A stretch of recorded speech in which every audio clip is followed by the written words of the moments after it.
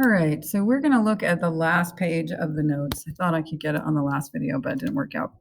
We're going to talk about the addition rule of probability. So the probability of event A or B, notice this is an or. Probability of event A or B both occurring, A or B or both. Let me read that again. Probability of event A or event B or both occurring is given by this formula right here. Remember, the union symbol means an or, so it's the same equation, just written with a little different symbols. Probability of A or B, that union symbol is an or, equals the probability of A plus the probability of B minus the probability of both, because remember the intersection is both. Okay, so both of those equations say the same thing, they just use a little different symbols. So remember in our Venn diagram, because we are going to work with Venn diagrams a little bit, we're also going to work with two-way tables. So in this picture, this is A is the left circle, B is the right circle, and the intersection is in here where they overlap. Okay, there's our Venn diagram. So let's do some examples. We're just going to jump right in.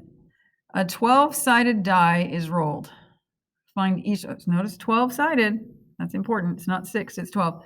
12-sided die is rolled. Find each of the following probabilities. So we can do the probability of less than 4 or a multiple of 5 by doing the probability of less than 4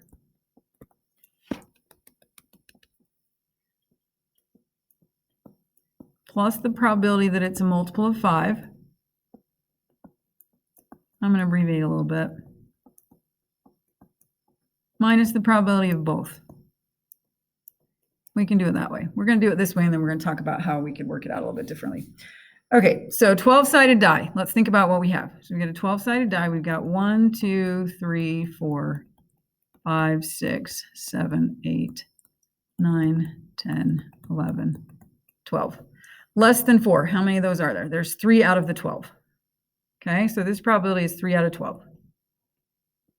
Probability that's a multiple of 5. Well, the only multiples of 5 in that list are 5 and 10, right? Which ones are divisible by 5? Just the 5 and the 10.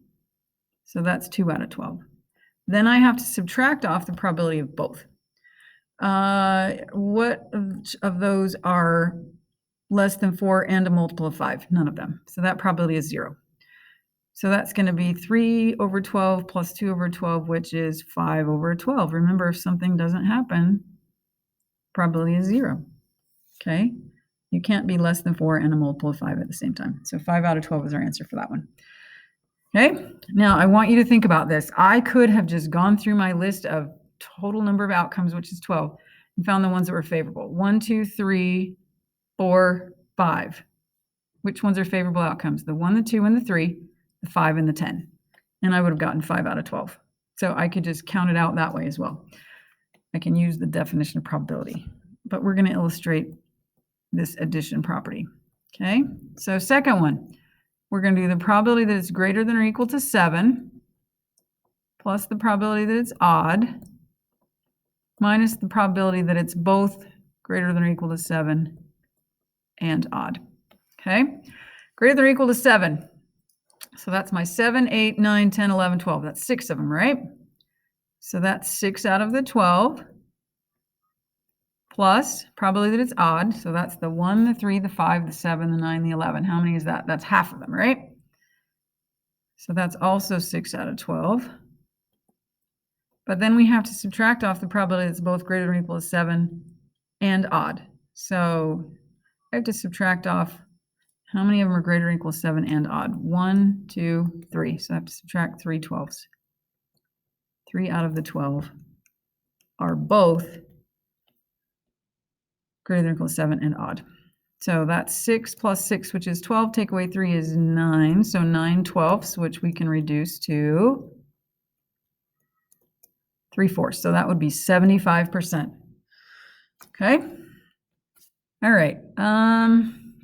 We switched up the notation, but remember this is an or. The union is an or. So we're going to do the probability that it's even. Let me move it over just a little bit. Probability of an even plus the probability of a prime minus the probability that's both even and prime. Okay, So the probability of even is going to be what? That's 6 out of 12, because 6 of my 12 are even.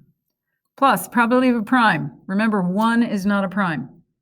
2 is prime, 3 is prime, 5 is prime, 7 is prime, 11 is prime. 1, 2, 3, 4, 5 of them. The 2, the 3, the 5, the 7, the 11. Okay. And then subtract the probability that's both even and prime. There's only one even prime, it's the 2. So we've got 6 plus 5 is 11.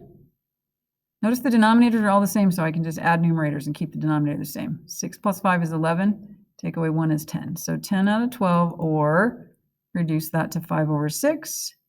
And we've got our answer. All right, next example. Number of students in a high school is 1,400. Of those students, 550 take French, 700 take algebra, 400 take both French and algebra. We're going to fill in the Venn diagram, and then we're going to find the probability that a student selected at random takes French or algebra. So we have to fill out the Venn diagram. So 400 students are taking both. So I'm going to start here. So 400 students right in here. I've got 550 taking French altogether. I've already accounted for 400 of them right here. That means I have 150 right there. 150 plus 400 is 550. I've got 700 taking algebra. We've already accounted for 400 of them, so there's the other 300. And then how many students are taking neither?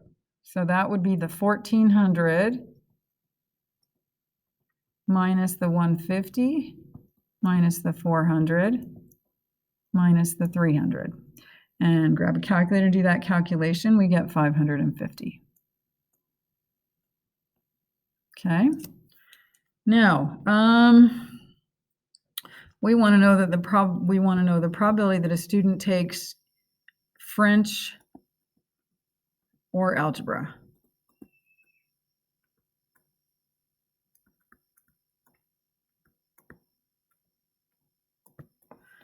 Okay.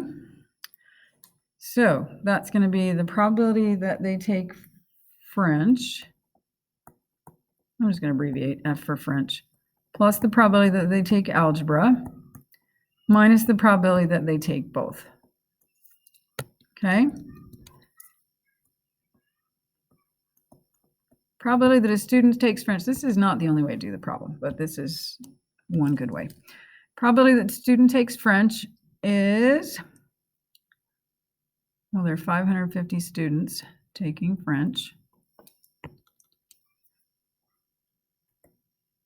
out of the total 1,400 students, plus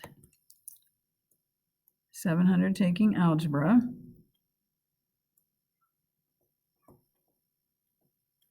minus, we have to subtract off the ones that are taking both. So we have to subtract off the 400 that are taking both. Okay, so we add those all up, or we reduce first. Actually, I wouldn't reduce first. I'd add them first. So 550 plus 700 take away 400. Grab a calculator, or 700 take away 400 is 300, plus the 550 is 850. 850 over 1,400, and then we're going to reduce that fraction. 850 over 1,400. I'm going to reduce that fraction by taking out a 0, dividing that numerator and denominator by 10, and then I can divide by 5 because both of those are still divisible by 5. 85 divided by 5 is 17. 140 divided by 5 is, I'm grabbing my calculator.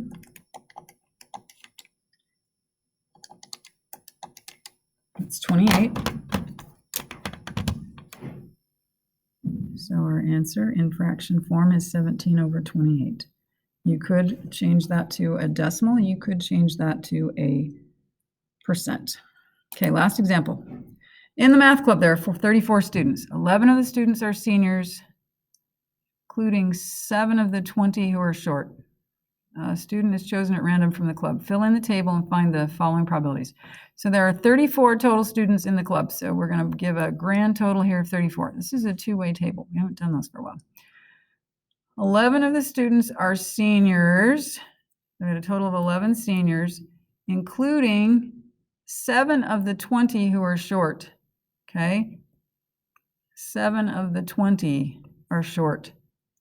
Let's see if we've got enough to fill in the rest of the table. This must be 4. This must be, let's see, 20 take away 7 is 13. 2 ways. The totals have to work out 2 ways. 34 take away 11 is 23. 34 take away 20 is 14. And 23 take away 13 is 10. 4 plus 10 is 14, so that works as well. Okay, do all the numbers work out?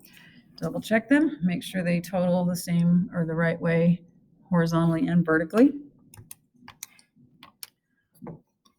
Probability that the student is tall. If we choose a student at random from the club, probability that that student is tall. Number of favorable outcomes divided by the total number of outcomes. We're just going to leave it as 11 over 34. Oh, wait. Tall. Oops. Tall. Not senior. Tall. 14 out of 34. That's 7 out of 17. Reduce our fraction. 14 tall people out of the 34. Probability that it's a senior. How many seniors do we have? There's our 11 out of 34. 11 seniors out of the 34 students. That fraction will not reduce. Probability that they are tall and a senior. Okay, I'm just going to look at the tall and senior. So where do those two things intersect? Tall and senior. That's 4, right? Total number of favorable divided by the total outcomes. 2 out of 17. There we go. Short or non-senior. Now we could use our addition property and do the probability of short plus the probability of non-senior minus the probability of both. Or we can just look at the table and figure out what do we have for the number of short. That's 20. We've already accounted for the short non-seniors, so let's just take the other 10 non-seniors that are tall. So the number of favorable outcomes is 30. Divided by the total number of outcomes is 34. We reduce that fraction to 15 over 17, and we are finished. Done. End of videos.